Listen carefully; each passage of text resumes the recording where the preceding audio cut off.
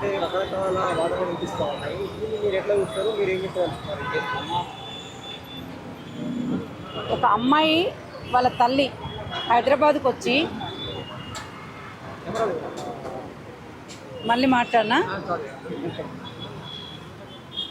8వ తారీఖు రోజు వాళ్ళ అమ్మాయి వాళ్ళ తల్లి వచ్చి పోలీస్ స్టేషన్లో బండి భగీరథు మా అమ్మాయిని గత 3 నెలల నుంచి శారీరకంగా మానసికంగా లైంగికంగా వేధిస్తున్నాడు, ఈ వేధింపులు ఇంకా ఎక్కువైపోయినవి అని ఆమె పోలీస్ స్టేషన్లో కంప్లైంట్ ఇచ్చింది.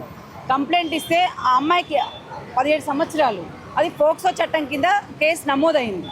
అయిన తర్వాత వెంటనే బండి భగీరథను అరెస్ట్ చేయాలి, కానీ ఇంతవరకు కూడా అరెస్ట్ చేయలేదు.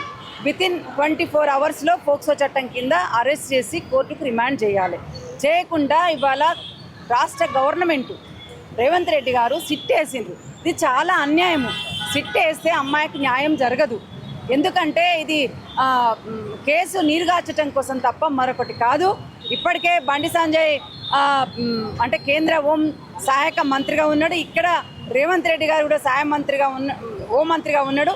ఇద్దరు కుమ్మక్కైనరు, అందుకనే ఈ సిట్ వేసిండ్రని అందరూ మాట్లాడుతున్నారు. అందుకే రేవంత్ రెడ్డి గారు మేము చెప్పదలుచుకున్నాం, ఈ కేసును నీరుగార్చకండి. ఇవాళ మహిళలకు భద్రత కల్పించే విధంగా, మహిళకు ఒక న్యాయం జరిగే విధంగా, ఆ అమ్మాయికి ఆ కుటుంబానికి న్యాయం జరిగే విధంగా ఉండాలి.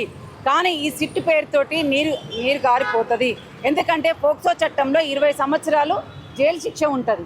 కానీ దీంట్లో ఆ సిట్ వేసిన తర్వాత దర్యాప్తు చేస్తే ఏముంది, నేను ఏం చేయలేదు, అమ్మాయిని ఇద్దరము ఇష్టపడ్డాన్న 17 సంవత్సరాల అమ్మాయి పోక్సో కిందకే వస్తుంది అది. కానీ నేను ఏమనలేదు, అమ్మాయిని ముట్టుకోలేదు, ఏమనలేదు అనేది మళ్ళీ కొత్త డ్రామా భగీరథ ఆడబోతాడు. ఆడిన తర్వాత ఏమవుతుంది, అది 4-5 సంవత్సరాలకే ఆ శిక్ష పడే విధంగా సెక్షన్లు తారుమారు చేస్తారు. చేసిన తర్వాత అమ్మాయికి అన్యాయం జరుగుతుంది.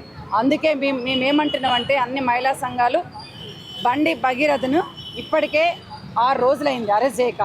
6 రోజుల నుంచి ఎందుకు అరెస్ట్ చేస్తాం లేదు ఈ రాష్ట్ర గవర్నమెంట్ అని మేము అడుగుతా ఉన్నాం. అదే మామూలుకు సంబంధించినటువంటి వ్యక్తులు ఒక అమ్మాయిల్ని అత్యాచారం చేస్తే వెంటనే అరెస్ట్ చేస్తారు, వెంటనే అరెస్ట్ చేసి కోర్టుకు రిమాండ్ చేస్తారు. మరి ఇక్కడ బండి భగీరథు ఇవాళ పెద్ద హోం సహాయ శాఖ మంత్రి కొడుకు కాబట్ట మీరు అరెస్ట్ చేయలేదు, కాబట్టే మీరు రాజకీయ అండదండలు ఉన్నాయి కాబట్టి మీరు అరెస్ట్ చేయట్లేదు. పోలీస్ యంత్రాంగం ఉదాసీనంగా, అంటే అమ్మాయి మైనర్ కాదు మేజర్ అని చెప్పేసి కూడా కొత్తగా వార్తలు వస్తున్నాయి. ఇది అబద్ధం అండి, ఇది పచ్చి అబద్ధం. 17 సంవత్సరాలని వాళ్ళ తల్లి పాప 17 సంవత్సరాలు ఉన్నాయని చెప్తున్నారు. ఇంటర్ అయిపోయింది, ఇంటర్ అయిపోతే ఎన్ని సంవత్సరాలు ఉంటాయండి మనందరికి తెలుసు, 17 సంవత్సరాలే ఉంటాయి. మైనర్ అమ్మాయి అదే సాదా సీదా వాళ్ళనైతే తీసుకొచ్చి ఇప్పటికే కేసు రిమాండ్ చేసి పంపిస్తారు. మరి ఈయన ఇట్లా చూసినట్లయితే ఈ భగీరథని ఒక రాజకీయ అండదండలతోటే ఇదంతా కేసు డైవర్ట్ అవుతుంది అనేది మేమందరం కూడా అంటున్నాం. కాబట్టి ఆ అమ్మాయికి ఆ కుటుంబానికి న్యాయం జరిగే వరకు మా పోరాటం కొనసాగిస్తాము. ఎందుకంటే ఈ భగీరథని రేపు ఎల్లుండట సాక్ష్యాధారాలతో వస్తాడట బండి సంజయ్ అట. ఇదంతా ఏమున్నాయని ఆయన దగ్గర సాక్ష్యాధారాలతో వస్తాడు. ఎందుకంటే ముందస్తు బెయిల్ రావటం కోసం, ముందస్తు బెయిల్ కూడా ఈ కోర్టు లాయర్స్ ఎవరు కూడా ఇవ్వద్దండి.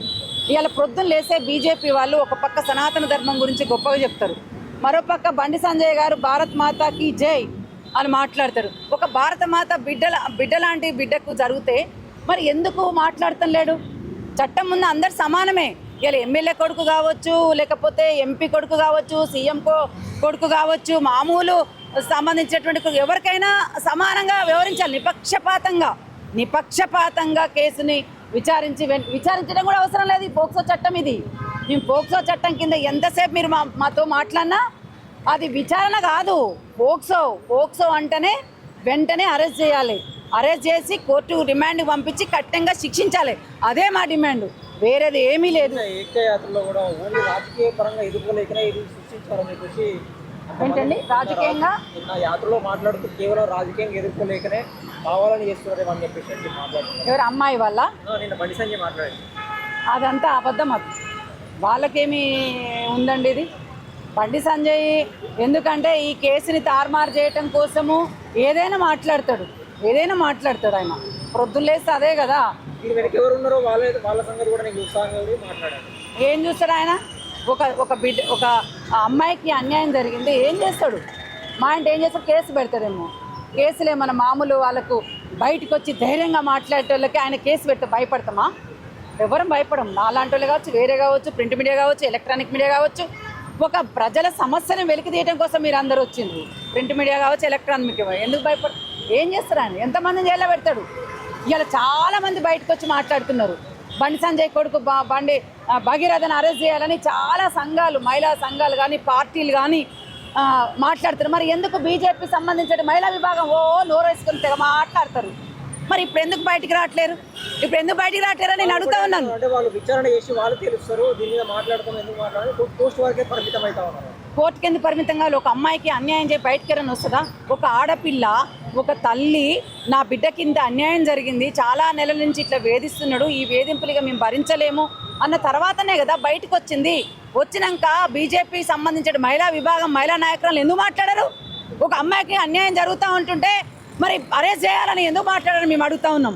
అట్లాగే కాంగ్రెస్ సంబంధించినటువంటి మహిళా విభాగం మహిళలు కూడా ఎందుకు మాట్లాడారు? బయటకు వచ్చి అమ్మాయికి న్యాయం జరగాలి, సిట్ ఎందుకు వేసిండండి రేవంత్ రెడ్డి గారు అని ఎందుకు అడగరని మేము ప్రశ్నిస్తూ ఉన్నాం. ఇవాళ ఆ అమ్మాయి అంతా చదువుకున్నది, అమ్మాయి 17 సంవత్సరాల అమ్మాయి లండన్ పోతా అని. అమ్మాయి అంటే మనందరికి తెలుసు, యూట్యూబ్ ఛానల్ ద్వారా అతన్ని కోసుకొని నువ్వు లేకపోతే నేను చచ్చిపోతా, నేను పెళ్లి చేసుకుంటా, నువ్వు లండన్ పోవద్దు, నువ్వు పోతే నా శవాన్ని చూస్తా, నువ్వు ఎయిర్పోర్ట్ పోయేసరికి నేను చనిపోతా అని మాట్లాడి వెనకకు రప్పించుకొని ఇవాళ అన్నీ బయటపడ్డాక కూడా ఎందుకు ఆ బొంకులు, అబద్ధాలు ఎందుకు? రిమాండ్గా రాదు? రిమాండ్గా ఎందుకు? నీకు డబ్బులు ఉన్నాయి, రాజకీయ అండదండలు ఉన్నాయని ఇలా కేసు తారుమారు చేస్తే ఎవరు ఊరుకోరని మేము చెప్పదలుచుకున్నాం.